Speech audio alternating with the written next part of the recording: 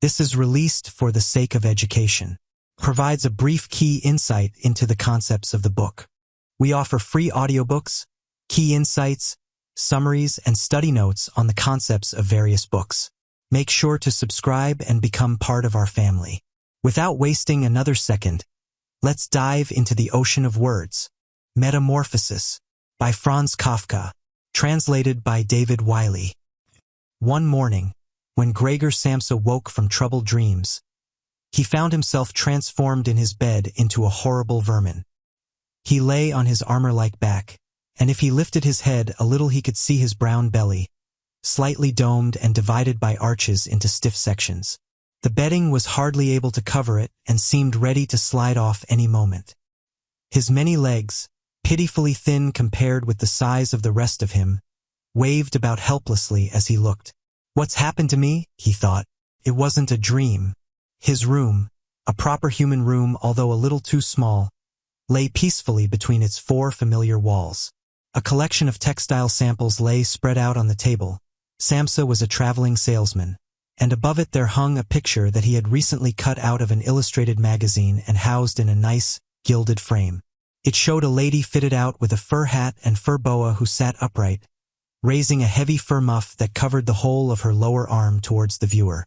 Gregor then turned to look out the window at the dull weather. Drops of rain could be heard hitting the pane, which made him feel quite sad. How about if I sleep a little bit longer and forget all this nonsense? He thought, but that was something he was unable to do because he was used to sleeping on his right, and in his present state couldn't get into that position. However hard he threw himself onto his right, he always rolled back to where he was. He must have tried it 100 times, shut his eyes so that he wouldn't have to look at the floundering legs, and only stopped when he began to feel a mild, dull pain there that he had never felt before. Oh God, he thought, what a strenuous career it is that I've chosen, traveling day in and day out. Doing business like this takes much more effort than doing your own business at home, and on top of that there's the curse of traveling, worries about making train connections, bad and irregular food, contact with different people all the time so that you can never get to know anyone or become friendly with them. It can all go to hell. He felt a slight itch up on his belly, pushed himself slowly up on his back towards the headboard so that he could lift his head better, found where the itch was and saw that it was covered with lots of little white spots which he didn't know what to make of. And when he tried to feel the place with one of his legs, he drew it quickly back because as soon as he touched it he was overcome by a cold shudder. He slid back into his former position. Getting up early all the time, he thought, it makes you stupid.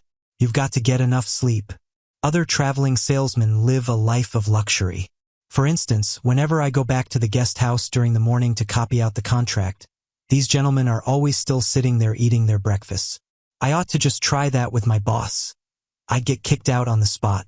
But who knows, maybe that would be the best thing for me. If I didn't have my parents to think about, I'd have given him my notice a long time ago. I'd have gone up to the boss and told him just what I think. Tell him everything I would. Let him know just what I feel. He'd fall right off his desk. And it's a funny sort of business to be sitting up there at your desk, talking down at your subordinates from up there, especially when you have to go right up close because the boss is hard of hearing. Well, there's still some hope.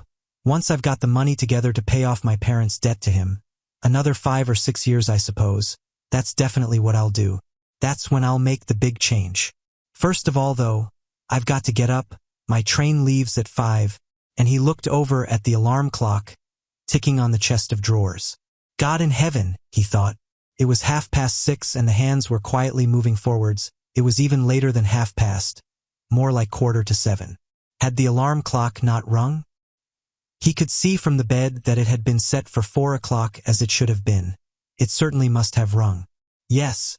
But was it possible to quietly sleep through that furniture rattling noise? True, he had not slept peacefully, but probably all the more deeply because of that. What should he do now? The next train went at 7. If he were to catch that, he would have to rush like mad, and the collection of samples was still not packed, and he did not at all feel particularly fresh and lively. And even if he did catch the train, he would not avoid his boss's anger, as the office assistant would have been there to see the 5 o'clock train go. He would have put in his report about Gregor's not being there a long time ago. The office assistant was the boss's man, spineless, and with no understanding. What about if he reported sick? But that would be extremely strained and suspicious, as in 5 years of service Gregor had never once yet been ill. His boss would certainly come round with the doctor from the medical insurance company, accuse his parents of having a lazy son, and accept the doctor's recommendation not to make any claim, as the doctor believed that no one was ever ill but that many were work-shy. And what's more, would he have been entirely wrong in this case? Gregor did in fact, apart from excessive sleepiness after sleeping for so long, feel completely well and even felt much hungrier than usual. He was still hurriedly thinking all this through, unable to decide to get out of the bed, when the clock struck 7:15. There was a cautious knock at the door near his head. "Gregor," somebody called. It was his mother. "It's 7:15. Didn't you want to go somewhere?" That gentle voice. Gregor was shocked when he heard his own voice answering. It could hardly be recognized as the voice he had had before. As if from deep inside him, there was a painful and uncontrollable squeaking mixed in with it. The words could be made out at first, but then there was a sort of echo which made them unclear, leaving the hearer unsure whether he had heard properly or not. Gregor had wanted to give a full answer and explain everything, but in the circumstances contented himself with saying, "Yes, mother, yes, thank you, I'm getting up now." The change in Gregor's voice probably could not be noticed outside through the wooden door, as his mother was satisfied with this explanation and shuffled away. But this short conversation made the other members of the family aware that Gregor, against their expectations, was still at home, and soon his father came knocking at one of the side doors, gently, but with his fist. "Gregor, Gregor," he called, "what's wrong?" And after a short while he called again with a warning deepness in his voice, "Gregor, Gregor." At the other side door his sister came plaintively. "Gregor, aren't you well? Do you need anything?" Gregor answered to both sides, "I'm ready now," making an effort to remove all the strangeness from his voice by enunciating very carefully and putting long pauses between each individual word. His father went back to his breakfast, but his sister whispered, "Gregor, open the door, I beg of you." Gregor, however, had no thought of opening the door, and instead congratulated himself for his cautious habit, acquired from his traveling, of locking all doors at night even when he was at home. The first thing he wanted to do was to get up in peace without being disturbed, to get dressed, and most of all to have his breakfast. Only then would he consider what to do next, as he was well aware that he would not bring his thoughts to any sensible conclusions by lying in bed. He remembered that he had often felt a slight pain in bed, perhaps caused by lying awkwardly, but that had always turned out to be pure imagination, and he wondered how his imaginings would slowly resolve themselves today. He did not have the slightest doubt that the change in his voice was nothing more than the first sign of a serious cold, which was an occupational hazard for traveling salesmen. It was a simple matter to throw off the covers. He only had to blow himself up a little and they fell off by themselves. But it became difficult after that, especially as he was so exceptionally broad. He would have used his arms and his hands to push himself up, but instead of them he only had all those little legs continuously moving in different directions, and which he was moreover unable to control. If he wanted to bend one of them, then that was the first one that would stretch itself out, and if he finally managed to do what he wanted with that leg, all the others seemed to be set free and would move about painfully. "This is something that can't be done in bed," Gregor said to himself, "so don't keep trying to do it." The first thing he wanted to do was get the lower part of his body out of the bed, but he had never seen this lower part and could not imagine what it looked like. It turned out to be too hard to move. It went so slowly, and finally, almost in a frenzy, when he carelessly shoved himself forwards with all the force he could gather, he chose the wrong direction, hit hard against the lower bedpost, and learned from the burning pain. He felt that the lower part of his body might well, at present, be the most sensitive. So then he tried to get the top part of his body out of the bed first, carefully turning his head to the side. This he managed quite easily, and despite its breadth and its weight, the bulk of his body eventually followed slowly in the direction of the head. But when he had at last got his head out of the bed and into the fresh air, it occurred to him that if he let himself fall it would be a miracle if his head were not injured. So he became afraid to carry on pushing himself forward the same way. And he could not knock himself out now at any price. Better to stay in bed than lose consciousness. It took just as much effort to get back to where he had been earlier, but when he lay there sighing, and was once more watching his legs as they struggled against each other even harder than before, if that was possible, He could think of no way of bringing peace and order to this chaos. He told himself once more that it was not possible for him to stay in bed, and that the most sensible thing to do would be to get free of it in whatever way he could at whatever sacrifice. At the same time, though, he did not forget to remind himself that calm consideration was much better than rushing to desperate conclusions. At times like this, he would direct his eyes to the window and look out as clearly as he could, but unfortunately, even the other side of the narrow street was enveloped in morning fog, and the view had little confidence or cheer to offer him. 7 o'clock already, he said to himself when the clock struck again. 7 o'clock, and there's still a fog like this, and he lay there quietly a while longer, breathing lightly as if he perhaps expected the total stillness to bring things back to their real and natural state. But then he said to himself, before it strikes 7:15, I'll definitely have to have got properly out of bed. And by then somebody will have come round from work to ask what's happened to me as well, as they open up at work before 7 o'clock. And so he set himself to the task of swinging the entire length of his body out of the bed all at the same time. If he succeeded in falling out of bed in this way and kept his head raised as he did so, he could probably avoid injuring it. His back seemed to be quite hard, and probably nothing would happen to it falling onto the carpet. His main concern was for the loud noise he was bound to make, and which even through all the doors would probably raise concern if not alarm. But it was something that had to be risked. When Gregor was already sticking halfway out of the bed, the new method was more of a game than an effort. All he had to do was rock back and forth. It occurred to him how simple everything would be if somebody came to help him. 2 strong people. He had his father and the maid in mind, would have been more than enough. They would only have to push their arms under the dome of his back, peel him away from the bed, bend down with the load, and then be patient and careful as he swung over onto the floor, where, hopefully, the little legs would find a use. Should he really call for help, though, even apart from the fact that all the doors were locked? Despite all the difficulty he was in, he could not suppress a smile at this thought. After a while, he had already moved so far across that it would have been hard for him to keep his balance if he rocked too hard. The time was now 7:10, and he would have to make a final decision very soon. Then there was a ring at the door of the flat. That'll be someone from work, he said to himself, and froze very still, although his little legs only became all the more lively as they danced around. For a moment everything remained quiet. They're not opening the door, Gregor said to himself, caught in some nonsensical hope. But then, of course, the maid's firm steps went to the door as ever and opened it. Gregor only needed to hear the visitor's first words of greeting, and he knew who it was, the chief clerk himself. Why did Gregor have to be the only one condemned to work for a company where they immediately became highly suspicious at the slightest shortcoming? Were all employees, every one of them, louts? Was there not one of them who was faithful and devoted, who would go so mad with pangs of conscience that he couldn't get out of bed if he didn't spend at least a couple of hours in the morning on company business? Was it really not enough to let one of the trainees make inquiries?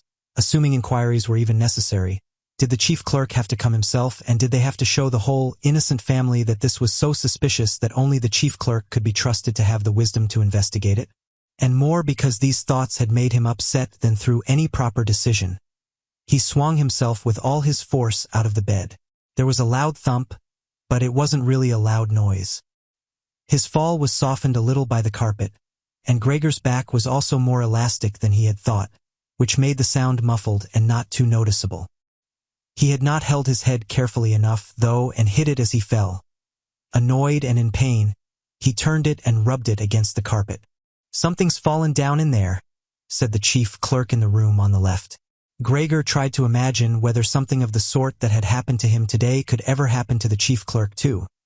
You had to concede that it was possible.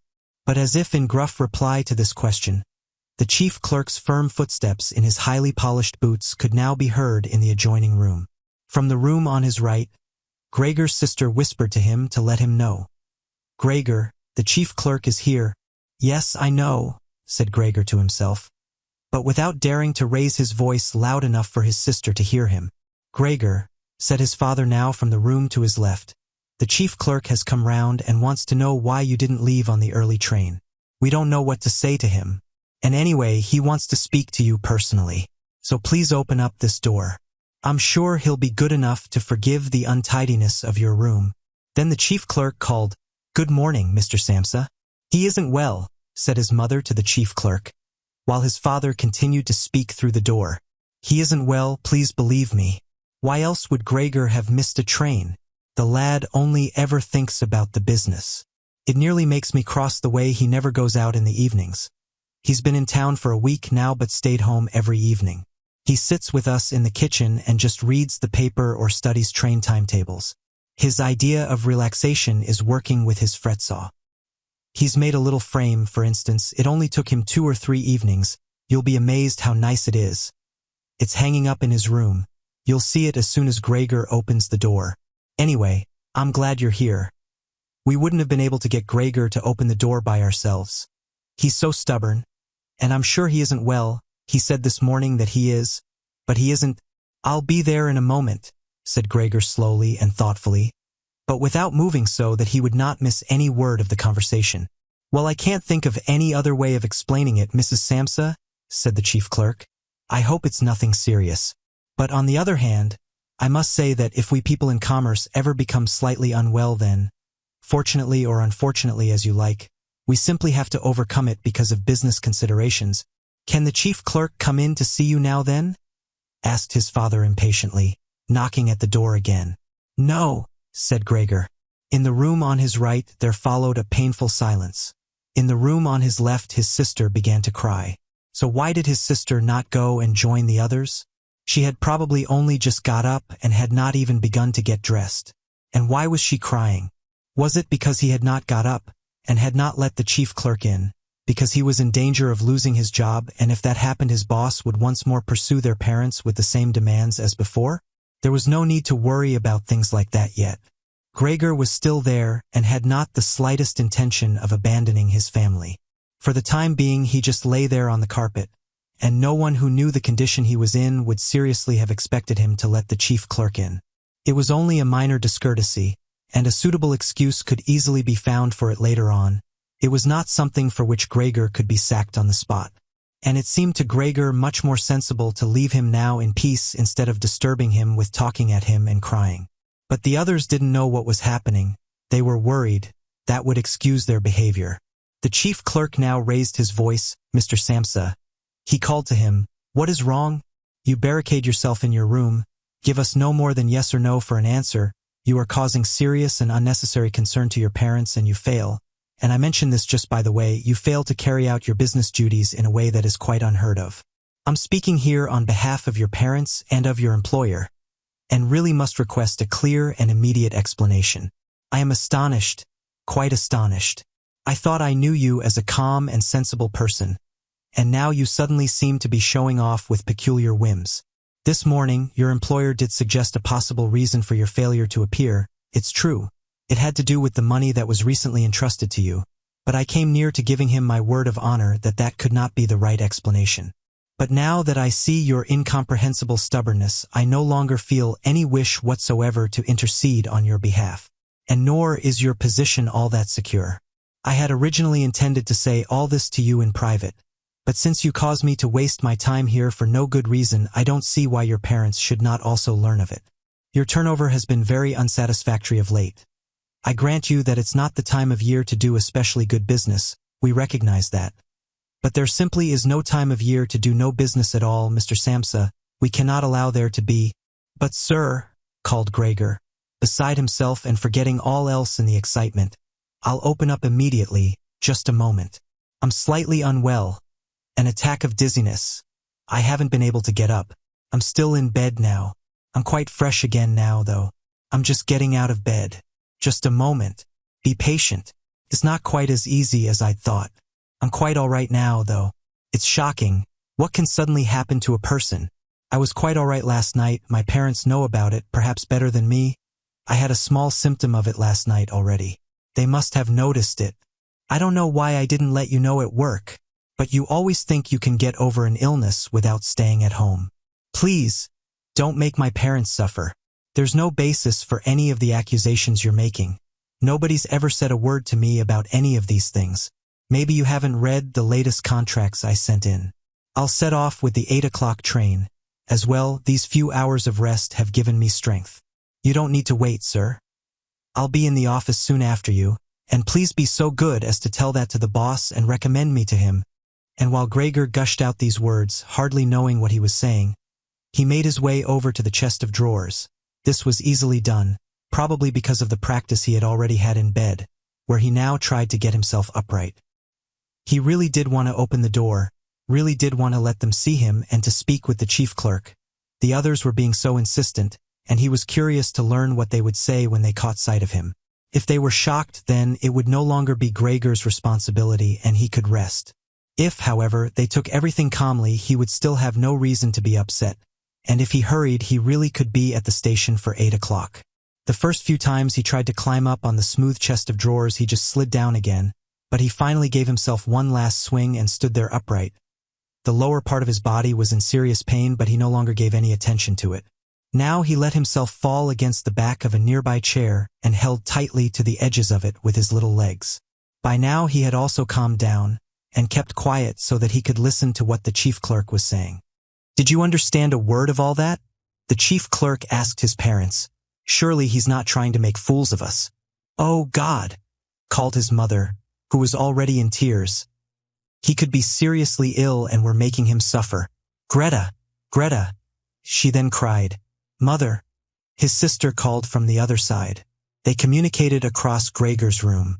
"You'll have to go for the doctor straight away. Gregor is ill. Quick, get the doctor." "Did you hear the way Gregor spoke just now?" "That was the voice of an animal," said the chief clerk, with a calmness that was in contrast with his mother's screams. "Anna, Anna." His father called into the kitchen through the entrance hall, clapping his hands. "Get a locksmith here, now." And the two girls, their skirts swishing, immediately ran out through the hall, wrenching open the front door of the flat as they went. How had his sister managed to get dressed so quickly?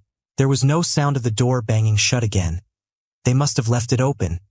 People often do in homes where something awful has happened. Gregor, in contrast, had become much calmer, so they couldn't understand his words anymore, although they seemed clear enough to him, clearer than before. Perhaps his ears had become used to the sound. They had realized, though, that there was something wrong with him, and were ready to help. The first response to his situation had been confident and wise, and that made him feel better.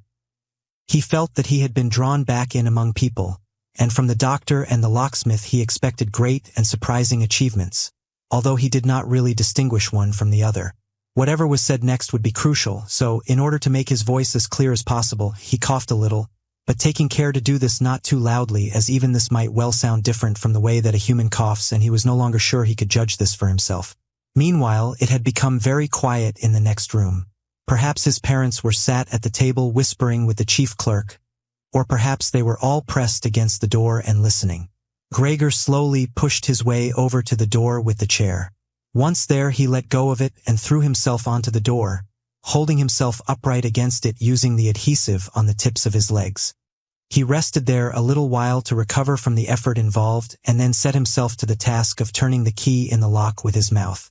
He seemed, unfortunately, to have no proper teeth. How was he, then, to grasp the key? But the lack of teeth was, of course, made up for with a very strong jaw. Using the jaw, he really was able to start the key turning, ignoring the fact that he must have been causing some kind of damage as a brown fluid came from his mouth, flowed over the key and dripped onto the floor. "Listen," said the chief clerk in the next room. "He's turning the key." Gregor was greatly encouraged by this. But they all should have been calling to him, his father and his mother too. "Well done, Gregor," they should have cried. "Keep at it. Keep hold of the lock." And with the idea that they were all excitedly following his efforts, he bit on the key with all his strength, paying no attention to the pain he was causing himself. As the key turned round, he turned around the lock with it, only holding himself upright with his mouth, and hung onto the key or pushed it down again with the whole weight of his body as needed. The clear sound of the lock as it snapped back was Gregor's sign that he could break his concentration.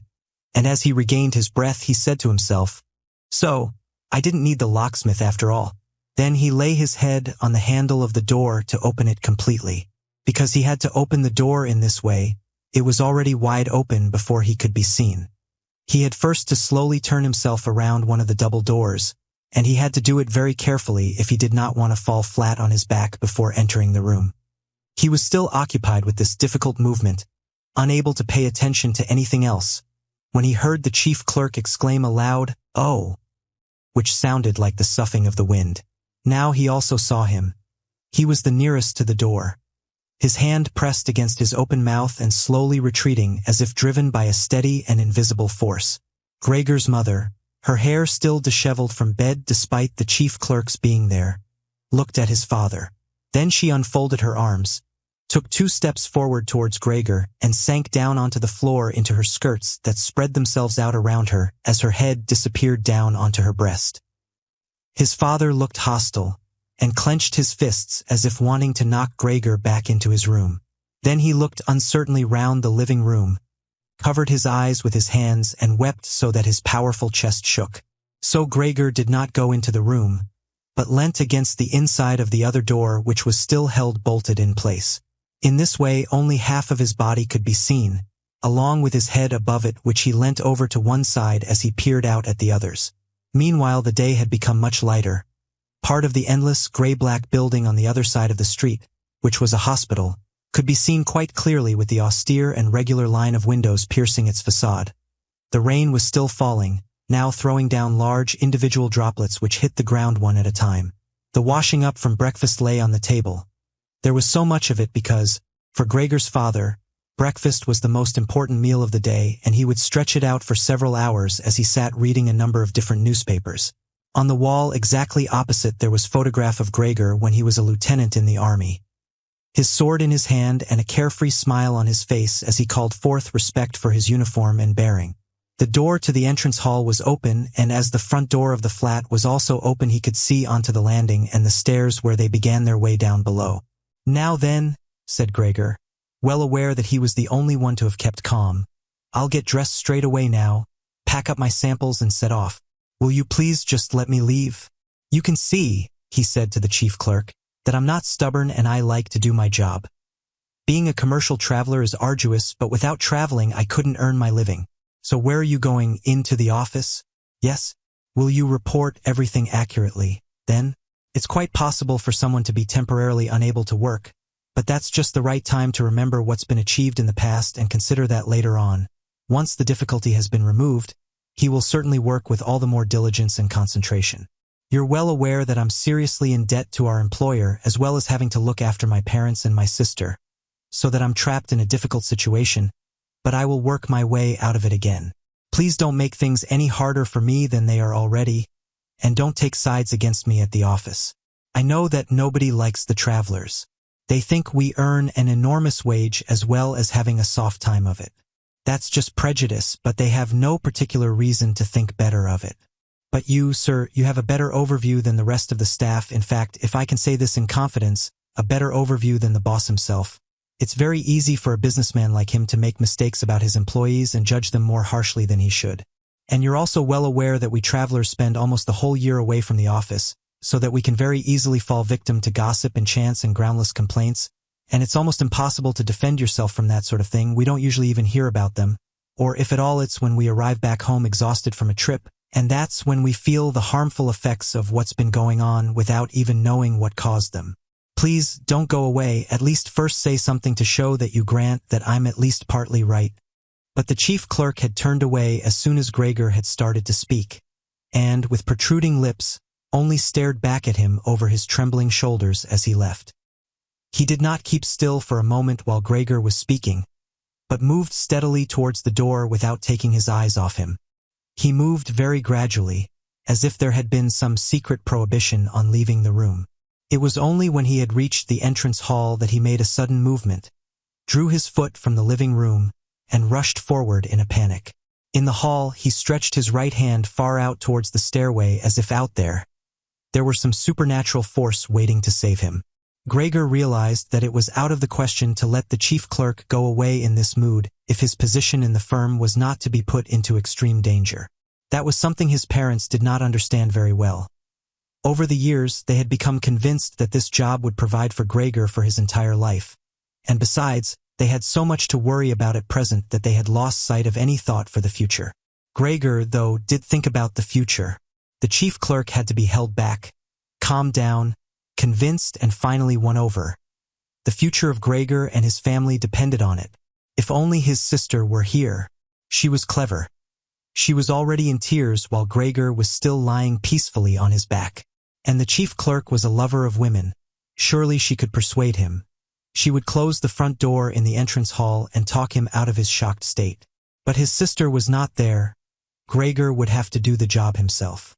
And without considering that he still was not familiar with how well he could move about in his present state, or that his speech still might not, or probably would not, be understood, he let go of the door, pushed himself through the opening, tried to reach the chief clerk on the landing who, ridiculously, was holding on to the banister with both hands. But Gregor fell immediately over and, with a little scream as he sought something to hold on to, landed on his numerous little legs. Hardly had that happened then, for the first time that day, he began to feel all right with his body. The little legs had the solid ground under them. To his pleasure, they did exactly as he told them. They were even making the effort to carry him where he wanted to go, and he was soon believing that all his sorrows would soon be finally at an end. He held back the urge to move but swayed from side to side as he crouched there on the floor. His mother was not far away in front of him and seemed, at first, quite engrossed in herself. But then she suddenly jumped up with her arms outstretched and her fingers spread, shouting, "Help! For pity's sake, help!" The way she held her head suggested she wanted to see Gregor better, but the unthinking way she was hurrying backwards showed that she did not. She had forgotten that the table was behind her with all the breakfast things on it. When she reached the table, she sat quickly down on it without knowing what she was doing, without even seeming to notice that the coffee pot had been knocked over and a gush of coffee was pouring down onto the carpet. "Mother, mother," said Gregor gently, looking up at her. He had completely forgotten the chief clerk for the moment, but could not help himself snapping in the air with his jaws at the sight of the flow of coffee. That set his mother screaming anew. She fled from the table and into the arms of his father as he rushed towards her. Gregor, though, had no time to spare for his parents now. The chief clerk had already reached the stairs. With his chin on the banister, he looked back for the last time. Gregor made a run for him. He wanted to be sure of reaching him. The chief clerk must have expected something, as he leapt down several steps at once and disappeared, his shouts resounding all around the staircase. The flight of the chief clerk seemed, unfortunately, to put Gregor's father into a panic as well. Until then he had been relatively self-controlled, but now, instead of running after the chief clerk himself, or at least not impeding Gregor as he ran after him, Gregor's father seized the chief clerk's stick in his right hand. The chief clerk had left it behind on a chair along with his hat and overcoat, picked up a large newspaper from the table with his left, and used them to drive Gregor back into his room, stamping his foot at him as he went. Gregor's appeals to his father were of no help. His appeals were simply not understood. However much he humbly turned his head, his father merely stamped his foot all the harder. Across the room, despite the chilly weather, Gregor's mother had pulled open a window, leant far out of it and pressed her hands to her face. A strong draft of air flew in from the street towards the stairway. The curtains flew up, the newspapers on the table fluttered, and some of them were blown onto the floor. Nothing would stop Gregor's father as he drove him back, making hissing noises at him like a wild man. Gregor had never had any practice in moving backwards and was only able to go very slowly. If Gregor had only been allowed to turn round, he would have been back in his room straight away. But he was afraid that if he took the time to do that, his father would become impatient, and there was the threat of a lethal blow to his back or head from the stick in his father's hand any moment. Eventually, though, Gregor realized that he had no choice as he saw, to his disgust, that he was quite incapable of going backwards in a straight line. So he began, as quickly as possible and with frequent anxious glances at his father, to turn himself round. It went very slowly, but perhaps his father was able to see his good intentions as he did nothing to hinder him. In fact, now and then he used the tip of his stick to give directions from a distance as to which way to turn. If only his father would stop that unbearable hissing. It was making Gregor quite confused. When he had nearly finished turning round, still listening to that hissing, he made a mistake and turned himself back a little the way he had just come. He was pleased when he finally had his head in front of the doorway, but then saw that it was too narrow, and his body was too broad to get through it without further difficulty. In his present mood, it obviously did not occur to his father to open the other of the double doors so that Gregor would have enough space to get through. He was merely fixed on the idea that Gregor should be got back into his room as quickly as possible. Nor would he ever have allowed Gregor the time to get himself upright as preparation for getting through the doorway. What he did, making more noise than ever, was to drive Gregor forwards all the harder as if there had been nothing in the way. It sounded to Gregor as if there was now more than one father behind him. It was not a pleasant experience, and Gregor pushed himself into the doorway without regard for what might happen. One side of his body lifted itself. He lay at an angle in the doorway. One flank scraped on the white door and was painfully injured, leaving brown flecks on it. Soon he was stuck fast and would not have been able to move at all by himself. The little legs along one side hung quivering in the air while those on the other side were pressed painfully against the ground. Then his father gave him a hefty shove from behind which released him from where he was held and sent him flying, and heavily bleeding, deep into his room. The door was slammed shut with the stick. Then, finally, all was quiet. Chapter 2. It was not until it was getting dark that evening that Gregor awoke from his deep and coma-like sleep. He would have woken soon afterwards anyway, even if he hadn't been disturbed, as he had had enough sleep and felt fully rested. But he had the impression that some hurried steps and the sound of the door leading into the front room being carefully shut had woken him. The light from the electric street lamps shone palely here and there onto the ceiling and tops of the furniture, but down below, where Gregor was, it was dark. He pushed himself over to the door, feeling his way clumsily with his antennae, of which he was now beginning to learn the value, in order to see what had been happening there. The whole of his left side seemed like one painfully stretched scar, and he limped badly on his 2 rows of legs. One of the legs had been badly injured in the events of that morning. It was nearly a miracle that only one of them had been, and dragged along lifelessly. It was only when he had reached the door that he realized what it actually was that had drawn him over to it. It was the smell of something to eat. By the door there was a dish filled with sweetened milk with little pieces of white bread floating in it. He was so pleased he almost laughed, as he was even hungrier than he had been that morning, and immediately dipped his head into the milk, nearly covering his eyes with it. But he soon drew his head back again in disappointment. Not only did the pain in his tender left side make it difficult to eat the food, he was only able to eat if his whole body worked together as a snuffling whole, but the milk did not taste at all nice. Milk like this was normally his favorite drink, and his sister had certainly left it there for him because of that. But he turned, almost against his own will, away from the dish and crawled back into the center of the room. Through the crack in the door, Gregor could see that the gas had been lit in the living room. His father at this time would normally be sat with his evening paper, reading it out in a loud voice to Gregor's mother, and sometimes to his sister, but there was now not a sound to be heard. Gregor's sister would often write and tell him about this reading, but maybe his father had lost the habit in recent times. It was so quiet all around too, even though there must have been somebody in the flat. What a quiet life it is the family lead, said Gregor to himself, and, gazing into the darkness, felt a great pride that he was able to provide a life like that in such a nice home for his sister and parents. But what now, if all this peace and wealth and comfort should come to a horrible and frightening end? That was something that Gregor did not want to think about too much, so he started to move about, crawling up and down the room. Once during that long evening, the door on one side of the room was opened very slightly and hurriedly closed again. Later on the door on the other side did the same. It seemed that someone needed to enter the room but thought better of it. Gregor went and waited immediately by the door, resolved either to bring the timorous visitor into the room in some way or at least to find out who it was. But the door was opened no more that night and Gregor waited in vain.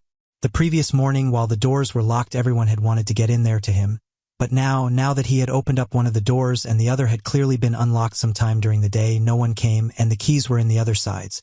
It was not until late at night that the gas light in the living room was put out, and now it was easy to see that his parents and sister had stayed awake all that time, as they all could be distinctly heard as they went away together on tiptoe. It was clear that no one would come into Gregor's room any more until morning. That gave him plenty of time to think undisturbed about how he would have to rearrange his life. For some reason, the tall, empty room where he was forced to remain made him feel uneasy as he lay there flat on the floor, even though he had been living in it for 5 years. Hardly aware of what he was doing other than a slight feeling of shame, he hurried under the couch. It pressed down on his back a little, and he was no longer able to lift his head, but he nonetheless felt immediately at ease, and his only regret was that his body was too broad to get it all underneath. He spent the whole night there. Some of the time he passed in a light sleep, although he frequently woke from it in alarm because of his hunger, and some of the time was spent in worries and vague hopes which, however, always led to the same conclusion.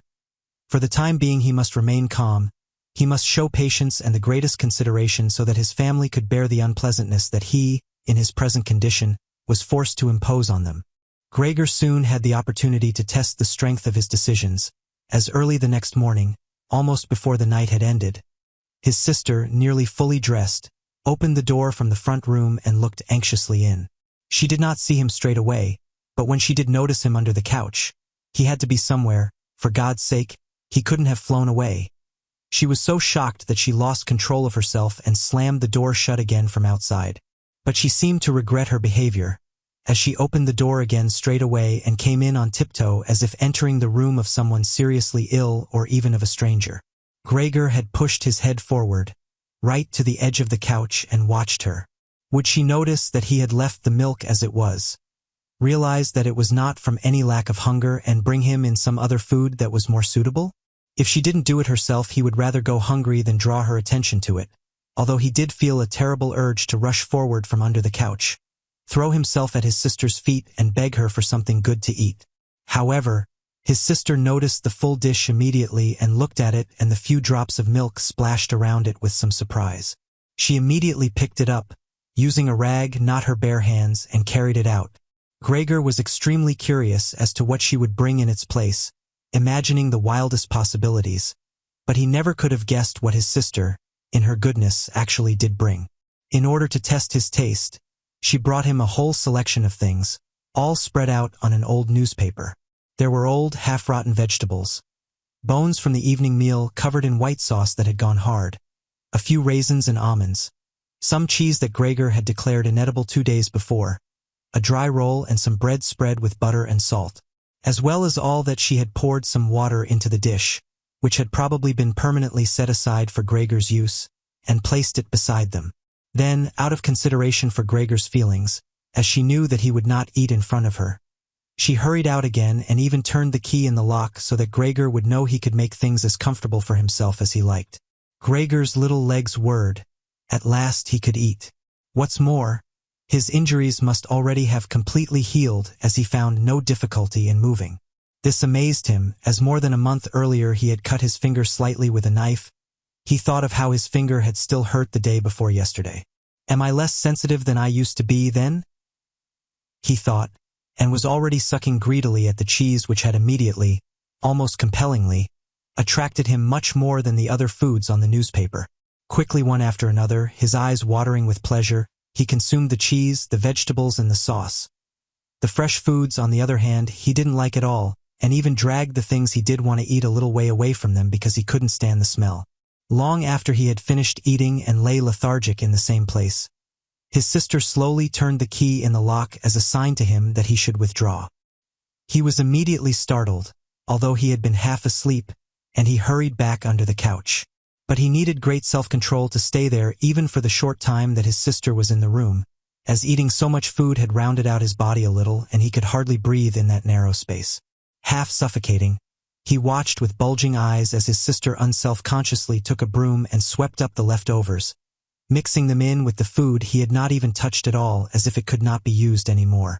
She quickly dropped it all into a bin, closed it with its wooden lid, and carried everything out. She had hardly turned her back before Gregor came out again from under the couch and stretched himself.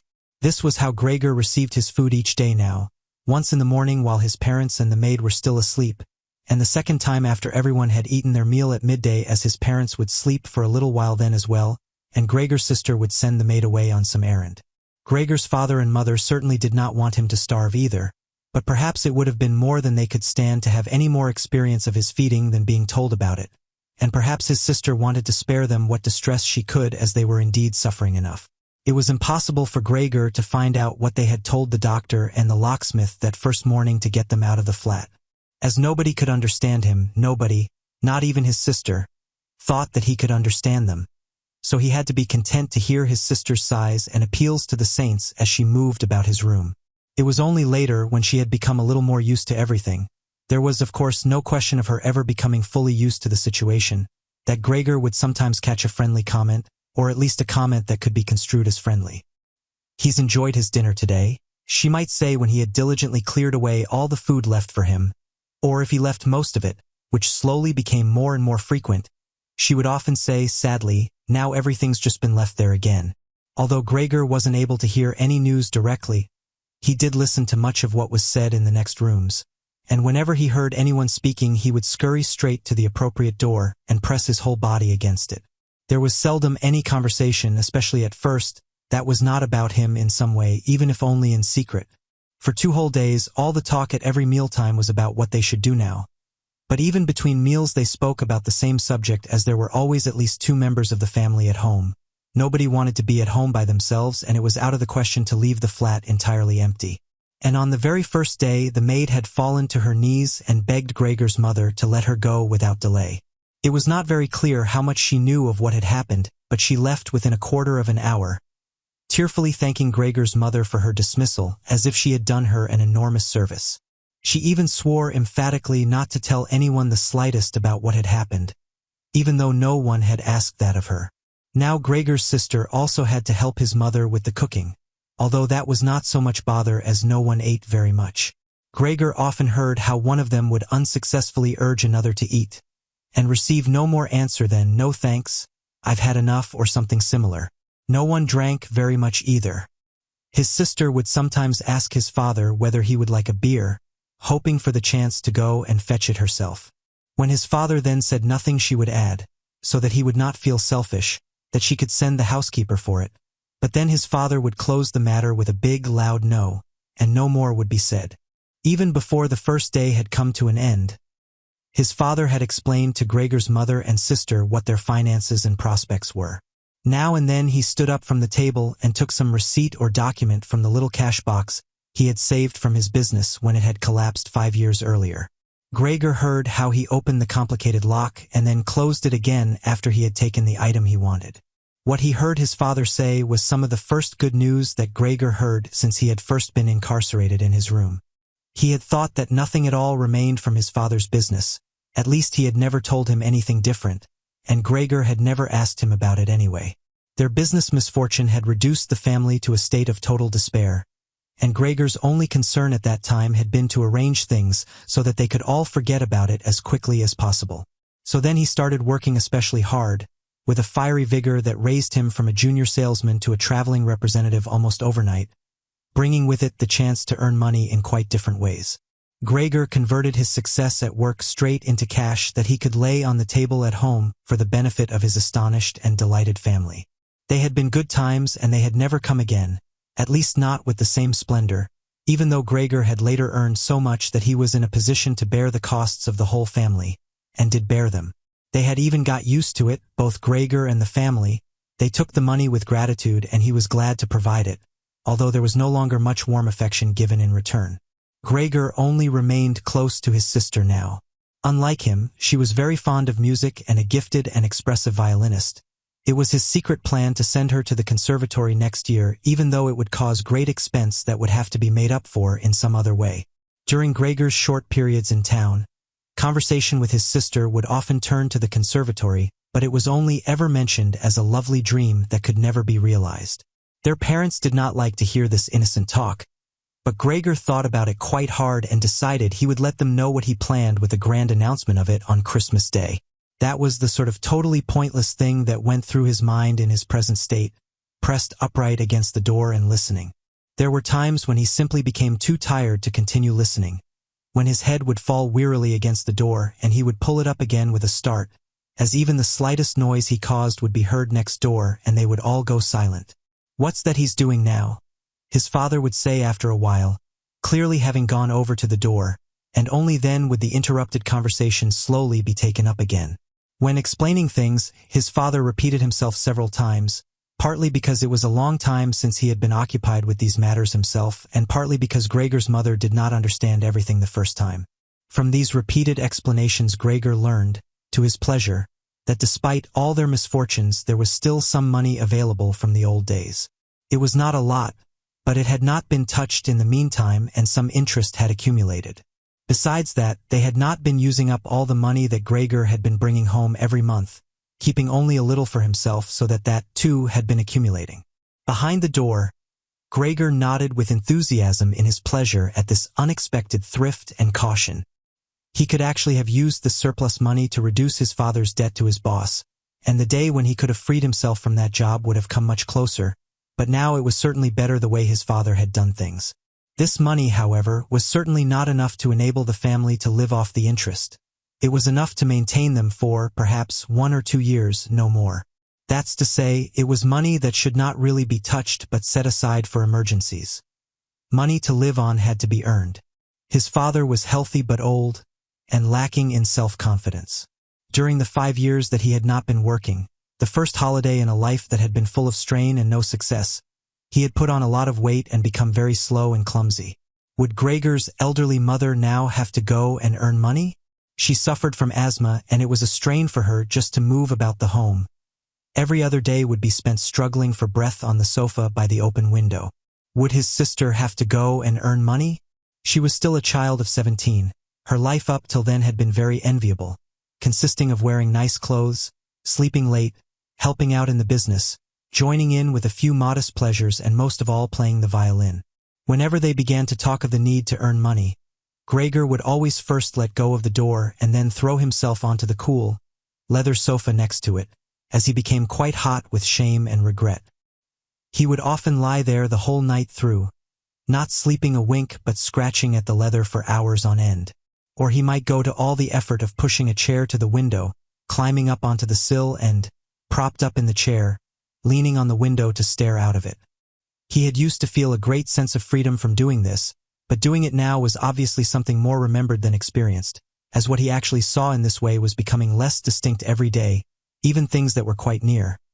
He had used to curse the ever-present view of the hospital across the street, but now he could not see it at all, and if he had not known that he lived in Charlottenstrasse, which was a quiet street despite being in the middle of the city, he could have thought that he was looking out the window at a barren waste where the gray sky and the gray earth mingled inseparably. His observant sister only needed to notice the chair twice before she would always push it back to its exact position by the window after she had tidied up the room, and even left the inner pane of the window open from then on. If Gregor had only been able to speak to his sister and thank her for all that she had to do for him, it would have been easier for him to bear it, but as it was, it caused him pain. His sister, naturally, tried as far as possible to pretend there was nothing burdensome about it, and the longer it went on, of course, the better she was able to do so, but as time went by, Gregor was also able to see through it all so much better. It had even become very unpleasant for him, now, whenever she entered the room. No sooner had she come in than she would quickly close the door as a precaution so that no one would have to suffer the view into Gregor's room. Then she would go straight to the window and pull it hurriedly open almost as if she were suffocating. Even if it was cold, she would stay at the window breathing deeply for a little while. She would alarm Gregor twice a day with this running about and noise-making. He would stay under the couch shivering the whole while, knowing full well that she would certainly have liked to spare him this ordeal, but it was impossible for her to be in the same room with him with the windows closed. One day, about a month after Gregor's transformation, when his sister no longer had any particular reason to be shocked at his appearance, she came into the room a little earlier than usual and found him still staring out the window, motionless, and just where he would be most horrible.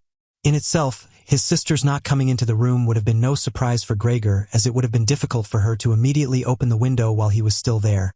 But not only did she not come in, she went straight back and closed the door behind her. A stranger would have thought he had threatened her and tried to bite her. Gregor went straight to hide himself under the couch, of course, but he had to wait until midday before his sister came back, and she seemed much more uneasy than usual. It made him realize that she still found his appearance unbearable and would continue to do so. She probably even had to overcome the urge to flee when she saw the little bit of him that protruded from under the couch.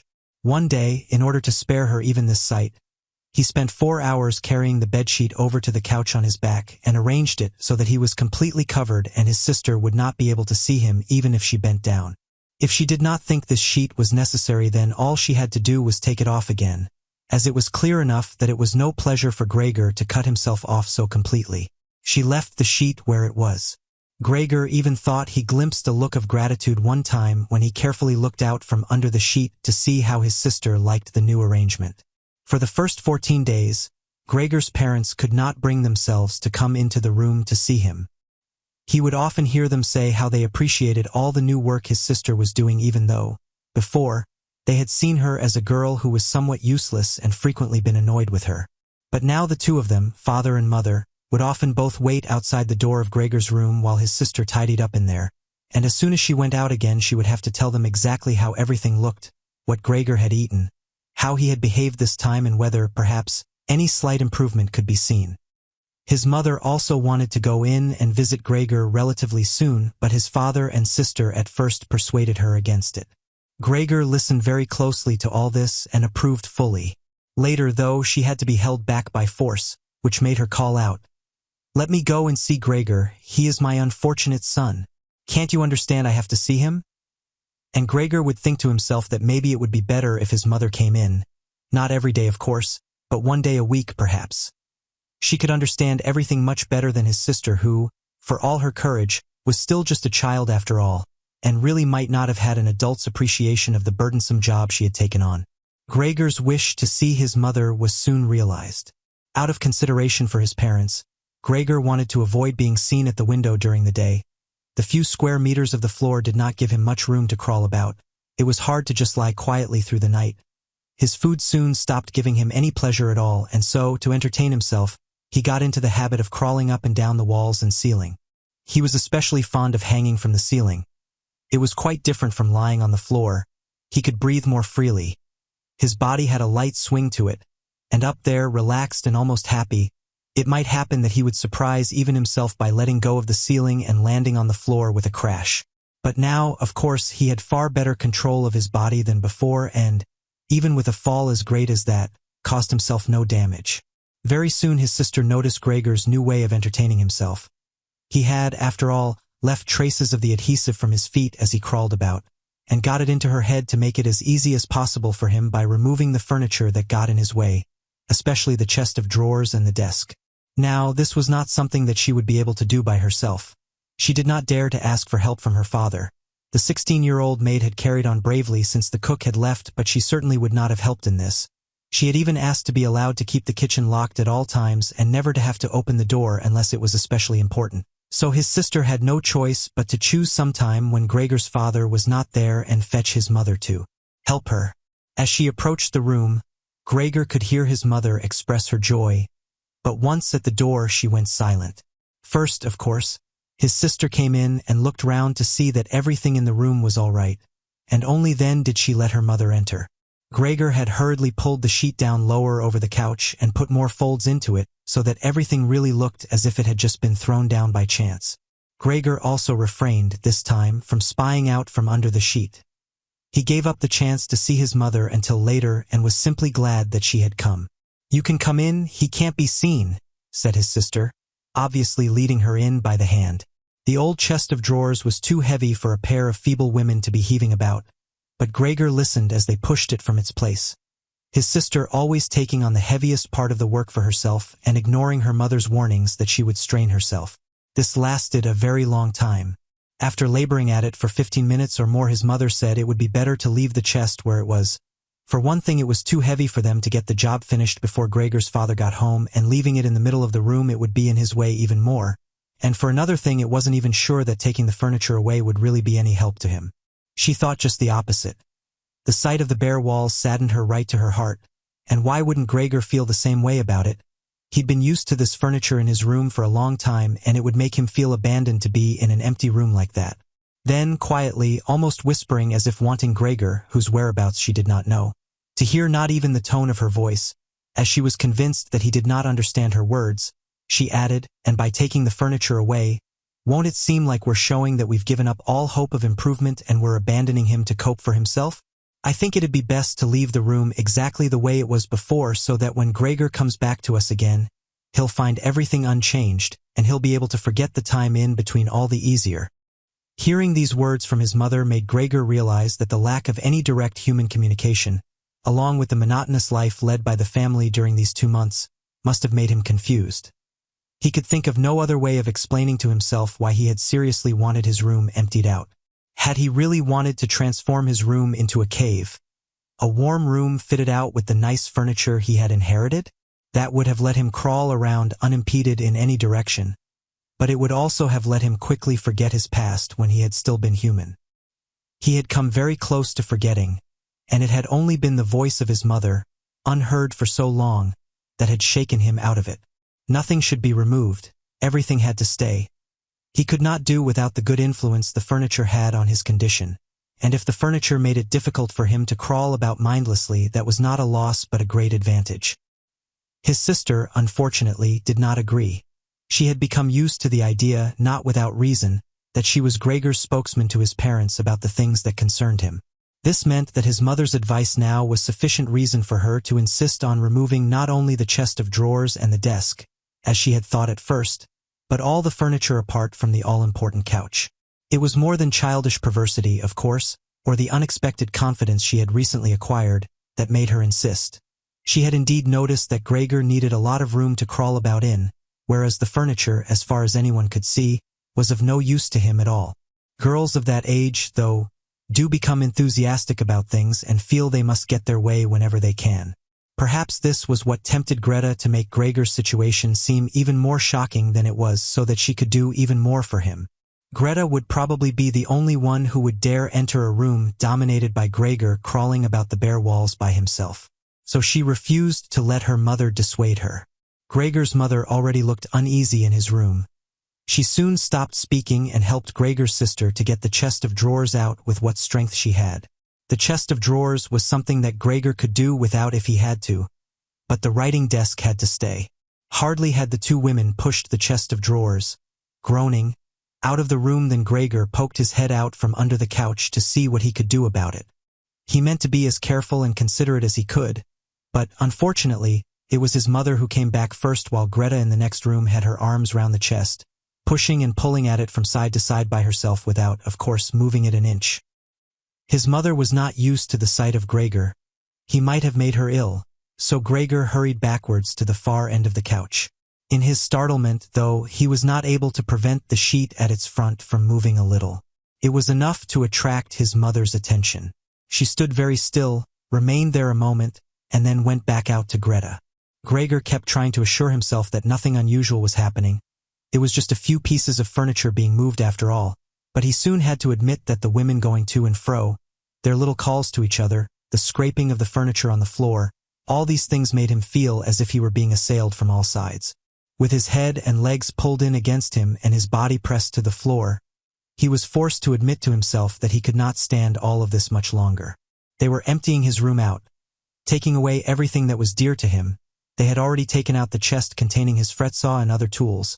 Now they threatened to remove the writing desk with its place clearly worn into the floor, the desk where he had done his homework as a business trainee at high school, even while he had been at infant school.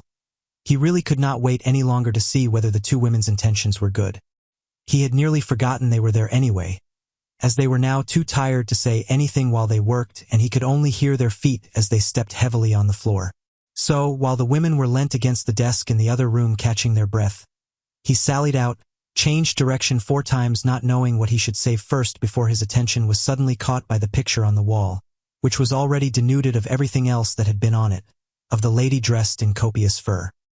He hurried up onto the picture and pressed himself against its glass. It held him firmly and felt good on his hot belly. This picture, at least, now totally covered by Gregor, would certainly be taken away by no one. He turned his head to face the door into the living room so that he could watch the women when they came back. They had not allowed themselves a long rest and came back quite soon. Greta had put her arm around her mother and was nearly carrying her. "What shall we take now, then?" said Greta and looked around. Her eyes met those of Gregor on the wall. Perhaps only because her mother was there, she remained calm, bent her face to her so that she would not look round and said, albeit hurriedly and with a tremor in her voice, "Come on, let's go back in the living room for a while." Gregor could see what Greta had in mind. She wanted to take her mother somewhere safe and then chase him down from the wall. Well, she could certainly try it. He sat unyielding on his picture. He would rather jump at Greta's face. But Greta's words had made her mother quite worried. She stepped to one side, saw the enormous brown patch against the flowers of the wallpaper, and before she even realized it was Gregor that she saw, screamed, "Oh God! Oh God!" Arms outstretched, She fell onto the couch as if she had given up everything and stayed there immobile. "Gregor!" shouted his sister, glowering at him and shaking her fist. That was the first word she had spoken to him directly since his transformation. She ran into the other room to fetch some kind of smelling salts to bring her mother out of her faint. Gregor wanted to help too. He could save his picture later, although he stuck fast to the glass and had to pull himself off by force. Then he, too, ran into the next room as if he could advise his sister like in the old days.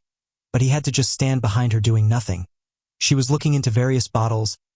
He startled her when she turned round. A bottle fell to the ground and broke. Splinter cut Gregor's face. Some kind of caustic medicine splashed all over him.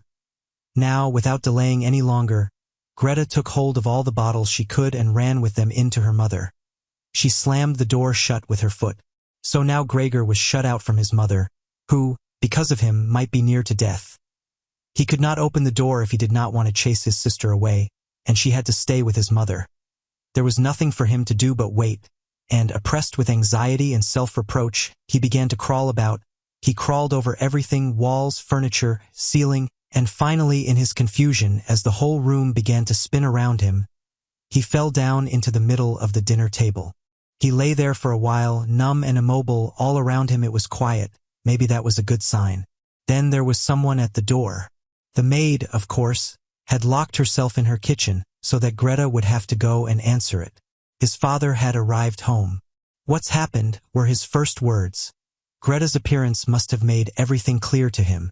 She answered him with subdued voice and openly pressed her face into his chest.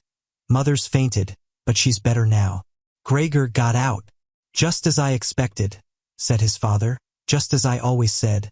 But you women wouldn't listen, would you?" It was clear to Gregor that Greta had not said enough and that his father took it to mean that something bad had happened, that he was responsible for some act of violence. That meant Gregor would now have to try to calm his father, as he did not have the time to explain things to him even if that had been possible.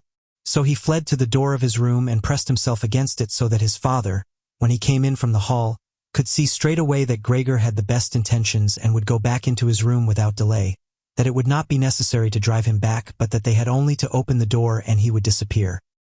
His father, though, was not in the mood to notice subtleties like that. "Ah!" he shouted as he came in, sounding as if he were both angry and glad at the same time. Gregor drew his head back from the door and lifted it towards his father. He really had not imagined his father the way he stood there now. Of late, with his new habit of crawling about, he had neglected to pay attention to what was going on the rest of the flat the way he had done before. He really ought to have expected things to have changed, but still, was that really his father? The same tired man as used to be laying there entombed in his bed when Gregor came back from his business trips, who would receive him sitting in the armchair in his nightgown when he came back in the evenings, who was hardly even able to stand up but, as a sign of his pleasure, would just raise his arms, and who, on the couple of times a year when they went for a walk together on a Sunday or public holiday, wrapped up tightly in his overcoat between Gregor and his mother, would always labor his way forward a little more slowly than them, who were already walking slowly for his sake, who would place his stick down carefully and, if he wanted to say something, would invariably stop and gather his companions around him. He was standing up straight enough now, dressed in a smart blue uniform with gold buttons, the sort worn by the employees at the banking institute. Above the high, stiff collar of the coat his strong double chin emerged. Under the bushy eyebrows, his piercing dark eyes looked out fresh and alert. His normally unkempt white hair was combed down painfully close to his scalp. He took his cap, with its gold monogram from, probably, some bank, and threw it in an arc right across the room onto the sofa, put his hands in his trouser pockets, pushing back the bottom of his long uniform coat, and, with look of determination, walked towards Gregor. He probably did not even know himself what he had in mind, but nonetheless lifted his feet unusually high. Gregor was amazed at the enormous size of the soles of his boots, but wasted no time with that. He knew full well, right from the first day of his new life, that his father thought it necessary to always be extremely strict with him, and so he ran up to his father, stopped when his father stopped, scurried forwards again when he moved even slightly. In this way they went round the room several times without anything decisive happening, without even giving the impression of a chase as everything went so slowly. Gregor remained all this time on the floor, largely because he feared his father might see it as especially provoking if he fled onto the wall or ceiling. Whatever he did, Gregor had to admit that he certainly would not be able to keep up this running about for long. As for each step his father took, he had to carry out countless movements. He became noticeably short of breath. Even in his earlier life, his lungs had not been very reliable. Now, as he lurched about in his efforts to muster all the strength he could for running, he could hardly keep his eyes open. His thoughts became too slow for him to think of any other way of saving himself than running. He almost forgot that the walls were there for him to use, although here, they were concealed behind carefully carved furniture full of notches and protrusions. Then, right beside him, lightly tossed, something flew down and rolled in front of him. It was an apple. Then another one immediately flew at him. Gregor froze in shock. There was no longer any point in running, as his father had decided to bombard him. He had filled his pockets with fruit from the bowl on the sideboard and now, without even taking the time for careful aim, threw one apple after another. These little, red apples rolled about on the floor, knocking into each other as if they had electric motors. An apple thrown without much force glanced against Gregor's back and slid off without doing any harm. Another one, however, immediately following it, hit squarely and lodged in his back. Gregor wanted to drag himself away, as if he could remove the incredible pain by changing his position. But he felt as if nailed to the spot and spread himself out, all his senses in confusion. The last thing he saw was the door of his room being pulled open. His sister was screaming. His mother ran out in front of her in her blouse, as his sister had taken off some of her clothes after she had fainted to make it easier for her to breathe. She ran to his father, her skirts unfastened and sliding one after another to the ground. Stumbling over the skirts, she pushed herself to his father, her arms around him, uniting herself with him totally. Now Gregor lost his ability to see anything. Her hands behind his father's head, begging him to spare Gregor's life. Chapter 3. No one dared to remove the apple lodged in Gregor's flesh, so it remained there as a visible reminder of his injury. He had suffered it there for more than a month, and his condition seemed serious enough to remind even his father that Gregor, despite his current sad and revolting form, was a family member who could not be treated as an enemy. On the contrary, as a family there was a duty to swallow any revulsion for him and to be patient, just to be patient. Because of his injuries, Gregor had lost much of his mobility, probably permanently. He had been reduced to the condition of an ancient invalid, and it took him long minutes to crawl across his room. Crawling over the ceiling was out of the question. But this deterioration in his condition was fully, in his opinion, made up for by the door to the living room being left open every evening. He got into the habit of closely watching it for 1 or 2 hours before it was opened, and then, lying in the darkness of his room where he could not be seen from the living room, he could watch the family in the light of the dinner table and listen to their conversation, with everyone's permission in a way, and thus quite differently from before. They no longer held the lively conversations of earlier times, of course, the ones that Gregor always thought about with longing when he was tired and getting into the damp bed in some small hotel room. All of them were usually very quiet nowadays. Soon after dinner, his father would go to sleep in his chair. His mother and sister would urge each other to be quiet. His mother, bent deeply under the lamp, would sew fancy underwear for a fashion shop. His sister, who had taken a sales job, learned shorthand and French in the evenings so that she might be able to get a better position later on. Sometimes his father would wake up and say to Gregor's mother, "You're doing so much sewing again today," as if he did not know that he had been dozing, and then he would go back to sleep again while mother and sister would exchange a tired grin. With a kind of stubbornness, Gregor's father refused to take his uniform off even at home. While his nightgown hung and used on its peg, Gregor's father would slumber where he was, fully dressed, as if always ready to serve and expecting to hear the voice of his superior even here. The uniform had not been new to start with, but as a result of this it slowly became even shabbier despite the efforts of Gregor's mother and sister to look after it. Gregor would often spend the whole evening looking at all the stains on this coat, with its gold buttons always kept polished and shiny, while the old man in it would sleep, highly uncomfortable but peaceful. As soon as it struck 10, Gregor's mother would speak gently to his father to wake him and try to persuade him to go to bed, as he couldn't sleep properly where he was and he really had to get his sleep if he was to be up at 6 to get to work. But since he had been in work, he had become more obstinate and would always insist on staying longer at the table, even though he regularly fell asleep, and it was then harder than ever to persuade him to exchange the chair for his bed. Then, however much mother and sister would importune him with little reproaches and warnings, He would keep slowly shaking his head for a quarter of an hour with his eyes closed and refusing to get up.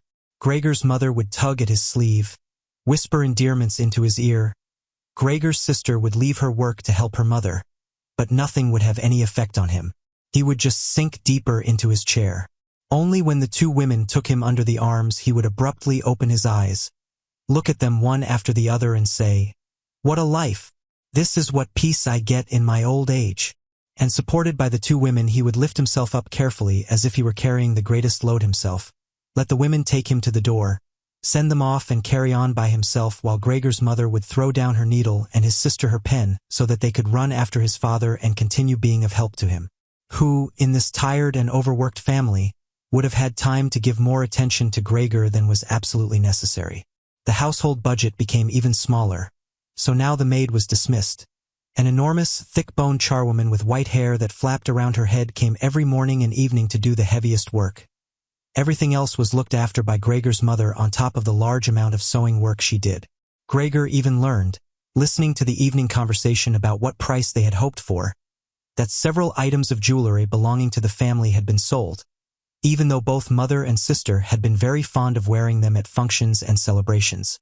But the loudest complaint was that although the flat was much too big for their present circumstances, they could not move out of it.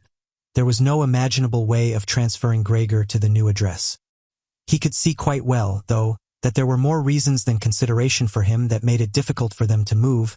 It would have been quite easy to transport him in any suitable crate with a few air holes in it. The main thing holding the family back from their decision to move was much more to do with their total despair, and the thought that they had been struck with a misfortune unlike anything experienced by anyone else they knew or were related to.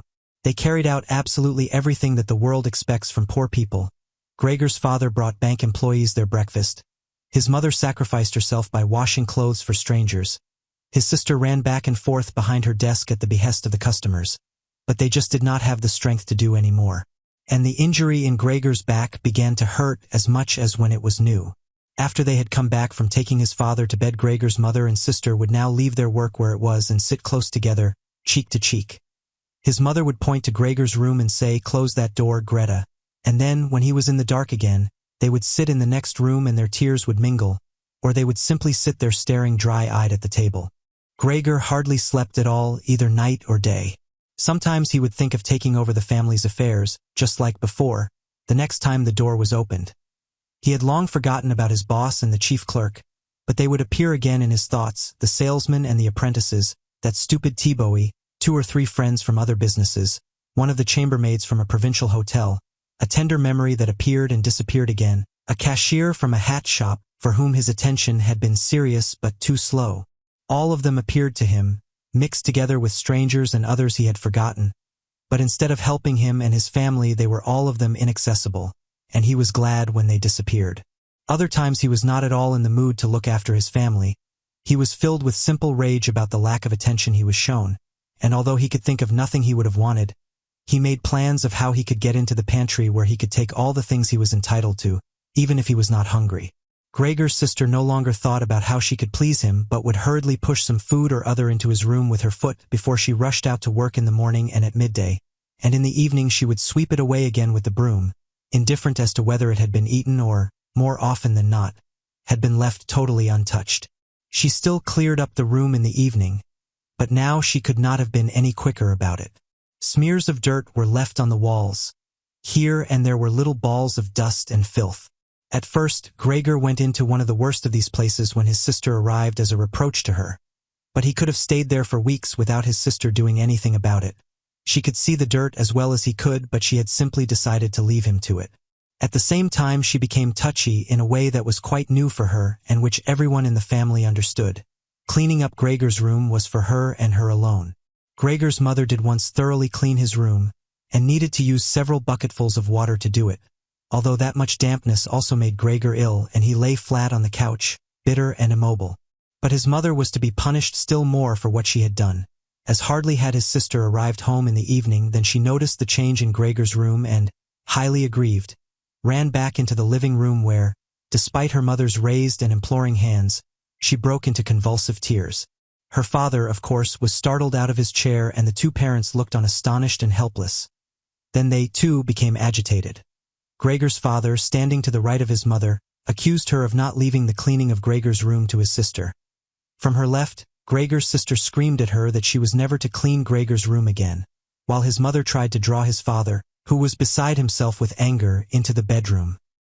His sister, quaking with tears, thumped on the table with her small fists, and Gregor hissed in anger that no one had even thought of closing the door to save him the sight of this and all its noise.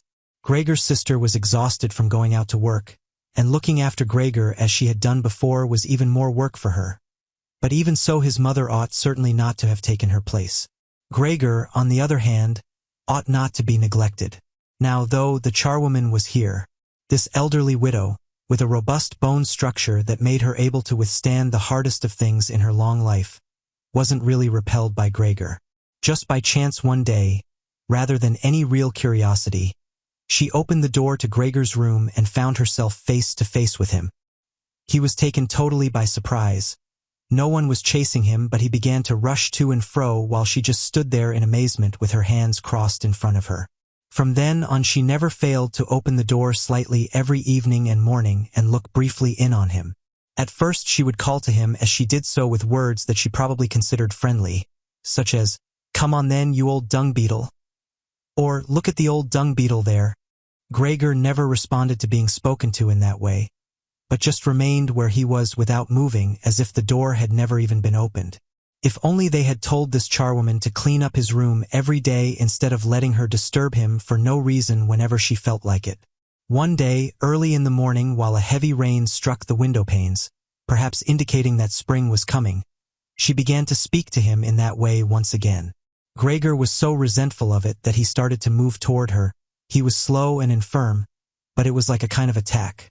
Instead of being afraid, the charwoman just lifted up one of the chairs from near the door and stood there with her mouth open, clearly intending not to close her mouth until the chair in her hand had been slammed down into Gregor's back. "Aren't you coming any closer then?" she asked when Gregor turned round again, and she calmly put the chair back in the corner. Gregor had almost entirely stopped eating. Only if he happened to find himself next to the food that had been prepared for him, he might take some of it into his mouth to play with it, leave it there a few hours, and then, more often than not, spit it out again. At first he thought it was distress at the state of his room that stopped him eating, but he had soon got used to the changes made there. They had got into the habit of putting things into this room that they had no room for anywhere else, and there were now many such things, as one of the rooms in the flat had been rented out to 3 gentlemen. These earnest gentlemen, all 3 of them had full beards, as Gregor learned peering through the crack in the door one day, were painfully insistent on things being tidy. This meant not only in their own room but, since they had taken a room in this establishment, in the entire flat and especially in the kitchen. Unnecessary clutter was something they could not tolerate, especially if it was dirty. They had moreover brought most of their own furnishings and equipment with them. For this reason, many things had become superfluous which, although they could not be sold, the family did not wish to discard. All these things found their way into Gregor's room. The dustbins from the kitchen found their way in there too. The charwoman was always in a hurry, and anything she couldn't use for the time being she would just chuck in there. He, fortunately, would usually see no more than the object and the hand that held it. The woman most likely meant to fetch the things back out again when she had time and the opportunity, or to throw everything out in one go. But what actually happened was that they were left where they landed when they had first been thrown, unless Gregor made his way through the junk and moved it somewhere else. At first he moved it because, with no other room free where he could crawl about, he was forced to, but later on he came to enjoy it, although moving about in that way left him sad and tired to death, and he would remain immobile for hours afterwards. The gentleman who rented the room would sometimes take their evening meal at home in the living room that was used by everyone, and so the door to this room was often kept closed in the evening. But Gregor found it easy to give up having the door open. He had, after all, often failed to make use of it when it was open and, without the family having noticed it, lain in his room in its darkest corner.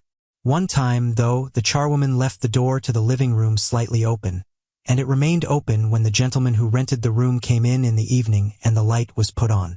They sat up at the table where, formerly, Gregor had taken his meals with his father and mother. They unfolded the serviettes and picked up their knives and forks.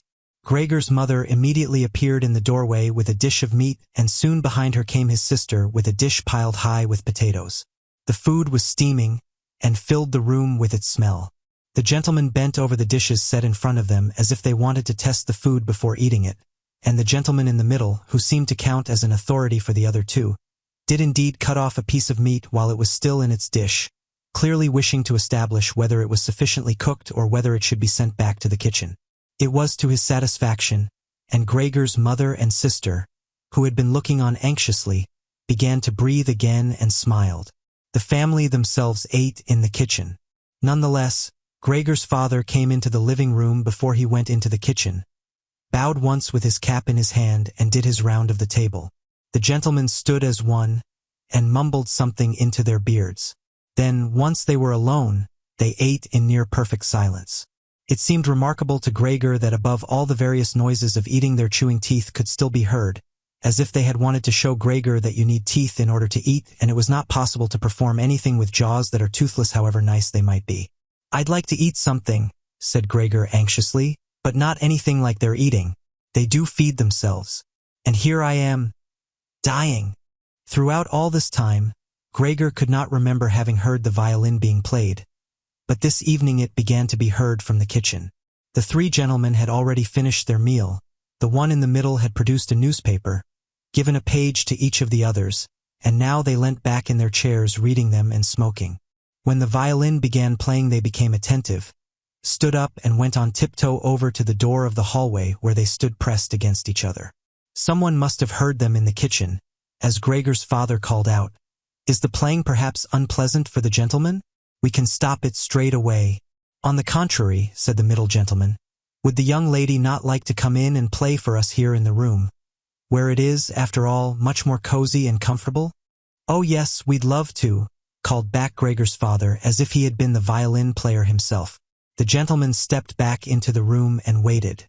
Gregor's father soon appeared with the music stand, his mother with the music and his sister with the violin. She calmly prepared everything for her to begin playing. His parents, who had never rented a room out before and therefore showed an exaggerated courtesy towards the three gentlemen, did not even dare to sit on their own chairs. His father leant against the door with his right hand pushed in between two buttons on his uniform coat. His mother, though, was offered a seat by one of the gentlemen and sat, leaving the chair where the gentleman happened to have placed it, out of the way in a corner. His sister began to play. Father and mother paid close attention, one on each side, to the movements of her hands. Drawn in by the playing, Gregor had dared to come forward a little and already had his head in the living room. Before, he had taken great pride in how considerate he was, but now it hardly occurred to him that he had become so thoughtless about the others. What's more, there was now all the more reason to keep himself hidden as he was covered in the dust that lay everywhere in his room and flew up at the slightest movement. He carried threads, hairs, and remains of food about on his back and sides. He was much too indifferent to everything now to lay on his back and wipe himself on the carpet like he had used to do several times a day. And despite this condition, he was not too shy to move forward a little onto the immaculate floor of the living room. No one noticed him, though. The family was totally preoccupied with the violin playing. At first, the three gentlemen had put their hands in their pockets and come up far too close behind the music stand to look at all the notes being played, and they must have disturbed Gregor's sister, but soon, in contrast with the family, they withdrew back to the window with their heads sunk and talking to each other at half volume, and they stayed by the window while Gregor's father observed them anxiously. It really now seemed very obvious that they had expected to hear some beautiful or entertaining violin playing but had been disappointed, that they had had enough of the whole performance, and it was only now out of politeness that they allowed their peace to be disturbed. It was especially unnerving, the way they all blew the smoke from their cigarettes upwards from their mouth and noses. Yet Gregor's sister was playing so beautifully. Her face was leant to one side, following the lines of music with a careful and melancholy expression. Gregor crawled a little further forward, keeping his head close to the ground so that he could meet her eyes if the chance came. Was he an animal if music could captivate him so? It seemed to him that he was being shown the way to the unknown nourishment he had been yearning for. He was determined to make his way forward to his sister and tug at her skirt to show her she might come into his room with her violin, as no one appreciated her playing here as much as he would. He never wanted to let her out of his room, not while he lived anyway. His shocking appearance should, for once, be of some use to him. He wanted to be at every door of his room at once to hiss and spit at the attackers. His sister should not be forced to stay with him, though, but stay of her own free will. She would sit beside him on the couch with her ear bent down to him while he told her how he had always intended to send her to the conservatory, how he would have told everyone about it. Last Christmas, had Christmas really come and gone already? If this misfortune hadn't got in the way and refused to let anyone dissuade him from it. On hearing all this, his sister would break out in tears of emotion, and Gregor would climb up to her shoulder and kiss her neck, which, since she had been going out to work, she had kept free without any necklace or collar. "Mr. Samsa?" shouted the middle gentleman to Gregor's father, pointing, without wasting any more words, with his forefinger at Gregor as he slowly moved forward. The violin went silent. The middle of the three gentlemen first smiled at his two friends, shaking his head, and then looked back at Gregor. His father seemed to think it more important to calm the three gentlemen before driving Gregor out, even though they were not at all upset and seemed to think Gregor was more entertaining than the violin playing had been.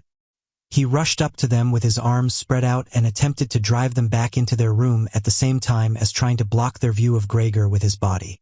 Now they did become a little annoyed, and it was not clear whether it was his father's behavior that annoyed them or the dawning realization that they had had a neighbor like Gregor in the next room without knowing it. They asked Gregor's father for explanations, raised their arms like he had, tugged excitedly at their beards and moved back towards their room only very slowly. Meanwhile, Gregor's sister had overcome the despair she had fallen into when her playing was suddenly interrupted. She had let her hands drop and let violin and bow hang limply for a while but continued to look at the music as if still playing. But then she suddenly pulled herself together, lay the instrument on her mother's lap, who still sat laboriously struggling for breath where she was, and ran into the next room which, under pressure from her father, the three gentlemen were more quickly moving toward. Under his sister's experienced hand, the pillows and covers on the beds flew up and were put into order, and she had already finished making the beds and slipped out again before the three gentlemen had reached the room. Gregor's father seemed so obsessed with what he was doing that he forgot all the respect he owed to his tenants. He urged them and pressed them until, when he was already at the door of the room, the middle of the three gentlemen shouted like thunder and stamped his foot and thereby brought Gregor's father to a halt. "I declare here and now," he said, raising his hand and glancing at Gregor's mother and sister to gain their attention too, that with regard to the repugnant conditions that prevail in this flat and with this family. Here he looked briefly but decisively at the floor. "I give immediate notice on my room. For the days that I have been living here I will, of course, pay nothing at all. On the contrary, I will consider whether to proceed with some kind of action for damages from you, and believe me, it would be very easy to set out the grounds for such an action." He was silent and looked straight ahead as if waiting for something. And indeed, his two friends joined in with the words, "And we also give immediate notice." With that, he took hold of the door handle and slammed the door. Gregor's father staggered back to his seat, feeling his way with his hands, and fell into it. It looked as if he was stretching himself out for his usual evening nap, but from the uncontrolled way his head kept nodding it could be seen that he was not sleeping at all. Throughout all this, Gregor had lain still where the three gentlemen had first seen him. His disappointment at the failure of his plan, and perhaps also because he was weak from hunger, made it impossible for him to move. He was sure that everyone would turn on him any moment, and he waited. He was not even startled out of this state when the violin on his mother's lap fell from her trembling fingers and landed loudly on the floor. "Father, mother," said his sister, hitting the table with her hand as introduction, "we can't carry on like this. Maybe you can't see it, but I can. I don't want to call this monster my brother. All I can say is, we have to try and get rid of it. We've done all that's humanly possible to look after it and be patient. I don't think anyone could accuse us of doing anything wrong." "She's absolutely right," said Gregor's father to himself. His mother, who still had not had time to catch her breath, began to cough dully. Her hand held out in front of her and a deranged expression in her eyes. Gregor's sister rushed to his mother and put her hand on her forehead.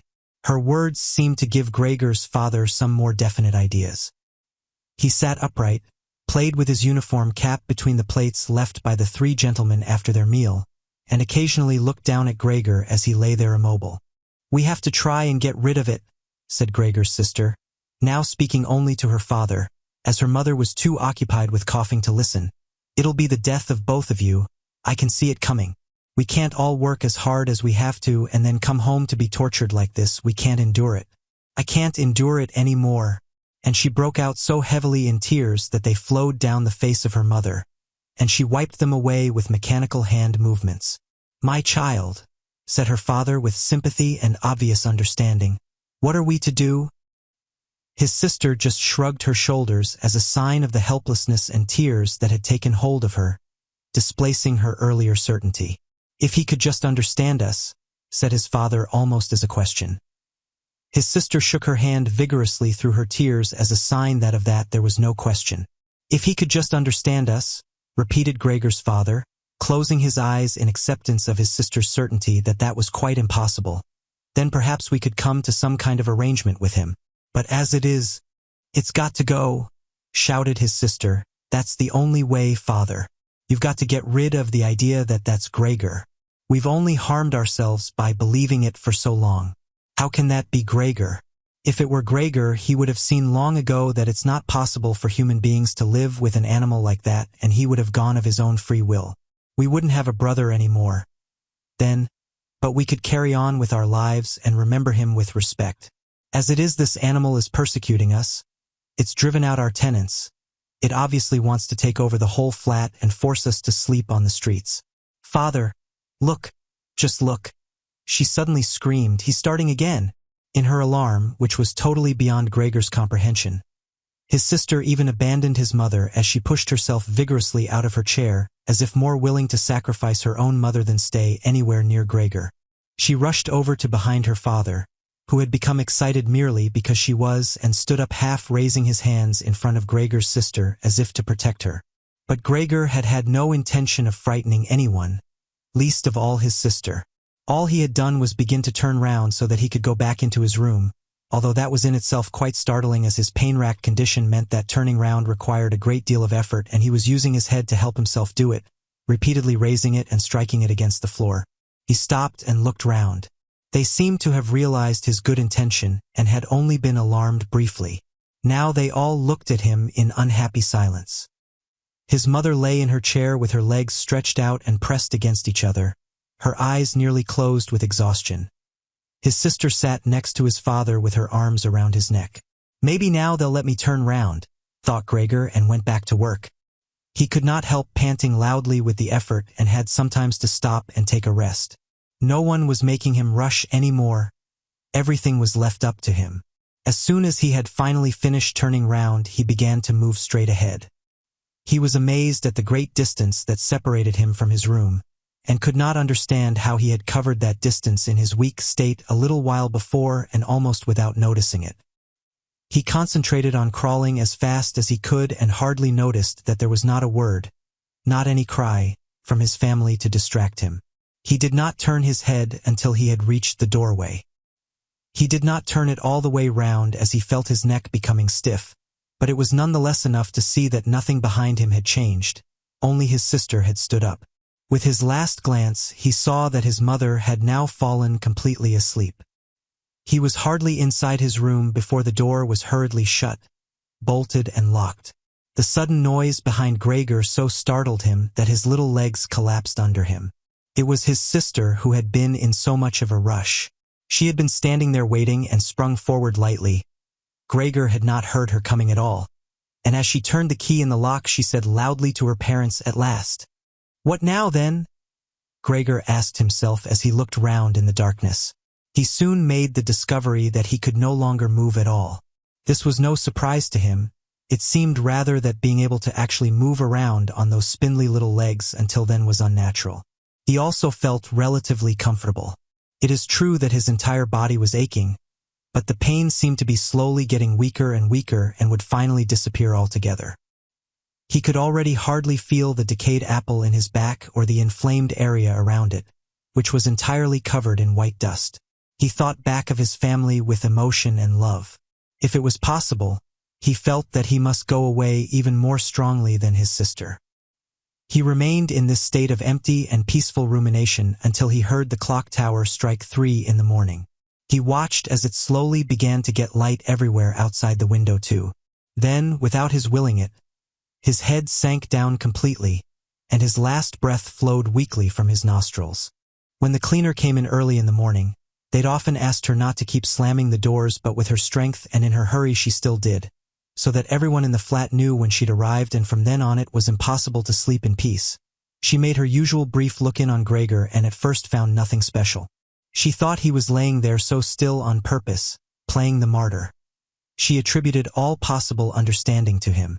She happened to be holding the long broom in her hand, so she tried to tickle Gregor with it from the doorway.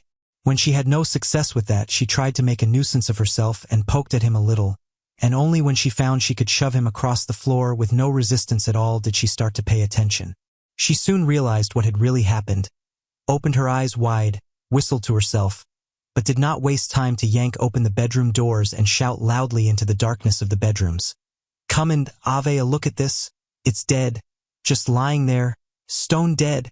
Mr. and Mrs. Samsa sat upright there in their marriage bed and had to make an effort to get over the shock caused by the cleaner before they could grasp what she was saying. But then, each from his own side, they hurried out of bed. Mr. Samsa threw the blanket over his shoulders. Mrs. Samsa just came out in her nightdress, and that is how they went into Gregor's room. On the way they opened the door to the living room where Greta had been sleeping since the three gentlemen had moved in. She was fully dressed as if she had never been asleep, and the paleness of her face seemed to confirm this. "Dead?" asked Mrs. Samsa, looking at the charwoman inquiringly, even though she could have checked for herself and could have known it even without checking.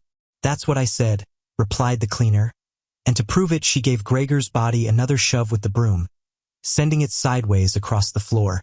Mrs. Samsa made a movement as if she wanted to hold back the broom, but did not complete it. "Now then," said Mr. Samsa, "let's give thanks to God for that." He crossed himself, and the three women followed his example. Greta, who had not taken her eyes from the corpse, said, "Just look how thin he was. He didn't eat anything for so long. The food came out again just the same as when it went in." Gregor's body was indeed completely dried up and flat. They had not seen it until then, but now he was not lifted up on his little legs, nor did he do anything to make them look away. "Greta, come with us in here for a little while," said Mrs. Samsa with a pained smile, and Greta followed her parents into the bedroom, but not without looking back at the body. The cleaner shut the door and opened the window wide. Although it was still early in the morning, the fresh air had something of warmth mixed in with it. It was already the end of March, after all. The three gentlemen stepped out of their room and looked round in amazement for their breakfasts. They had been forgotten about. "Where is our breakfast?" the middle gentleman asked the cleaner irritably. She just put her finger on her lips and made a quick and silent sign to the men that they might like to come into Gregor's room. They did so, and stood around Gregor's corpse with their hands in the pockets of their well-worn coats. It was now quite light in the room. Then the door of the bedroom opened and Mr. Samsa appeared in his uniform with his wife on one arm and his daughter on the other. All of them had been crying a little. Greta now and then pressed her face against her father's arm. "Leave my home. Now," said Mr. Samsa, indicating the door and without letting the women from him. "What do you mean?" asked the middle of the three gentlemen, somewhat disconcerted, and he smiled sweetly. The other two held their hands behind their backs and continually rubbed them together in gleeful anticipation of a loud quarrel which could only end in their favor. "I mean just what I said," answered Mr. Samsa, and, with his two companions, went in a straight line towards the man. At first, he stood there still, looking at the ground as if the contents of his head were rearranging themselves into new positions. "All right, we'll go then," he said, and looked up at Mr. Samsa as if he had been suddenly overcome with humility and wanted permission again from Mr. Samsa for his decision. Mr. Samsa merely opened his eyes wide and briefly nodded to him several times. At that, and without delay, the man actually did take long strides into the front hallway. His two friends had stopped rubbing their hands some time before and had been listening to what was being said. Now they jumped off after their friend, as if taken with a sudden fear that Mr. Samsa might go into the hallway in front of them and break the connection with their leader. Once there, all three took their hats from the stand, took their sticks from the holder, bowed without a word, and left the premises. Mr. Samsa and the two women followed them out onto the landing. But they had had no reason to mistrust the men's intentions, and as they leaned over the landing they saw how the three gentlemen made slow but steady progress down the many steps.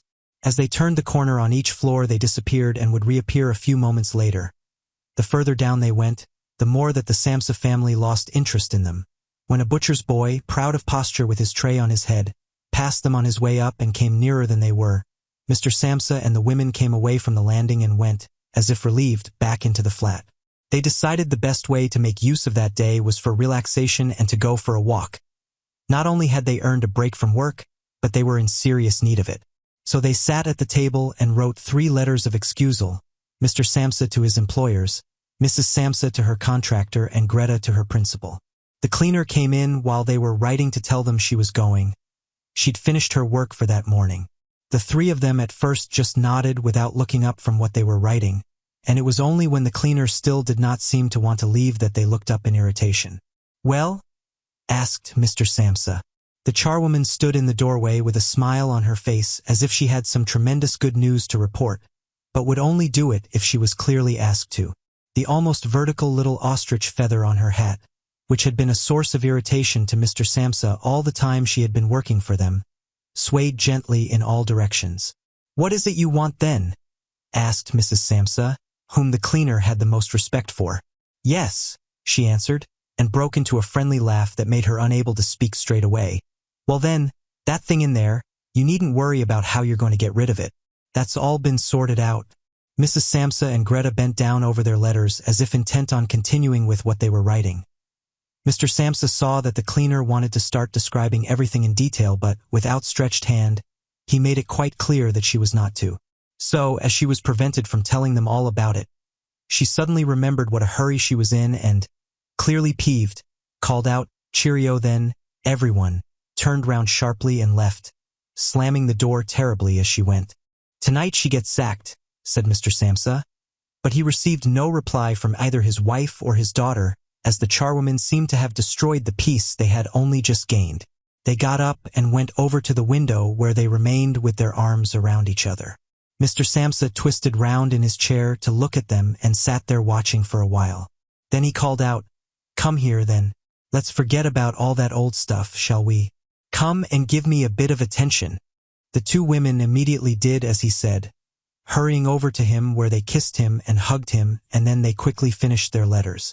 After that, the 3 of them left the flat together, which was something they had not done for months, and took the tram out to the open country outside the town. They had the tram, filled with warm sunshine, all to themselves. Leant back comfortably on their seats, they discussed their prospects and found that on closer examination they were not at all bad. Until then they had never asked each other about their work, but all 3 had jobs which were very good and held particularly good promise for the future. The greatest improvement for the time being, of course, would be achieved quite easily by moving house. What they needed now was a flat that was smaller and cheaper than the current one which had been chosen by Gregor, one that was in a better location and, most of all, more practical. All the time, Greta was becoming livelier. With all the worry they had been having of late, her cheeks had become pale. But, while they were talking, Mr. and Mrs. Samsa were struck, almost simultaneously, with the thought of how their daughter was blossoming into a well-built and beautiful young lady. They became quieter. Just from each other's glance, and almost without knowing it, they agreed that it would soon be time to find a good man for her. And, as if in confirmation of their new dreams and good intentions, as soon as they reached their destination, Greta was the first to get up and stretch out her young body.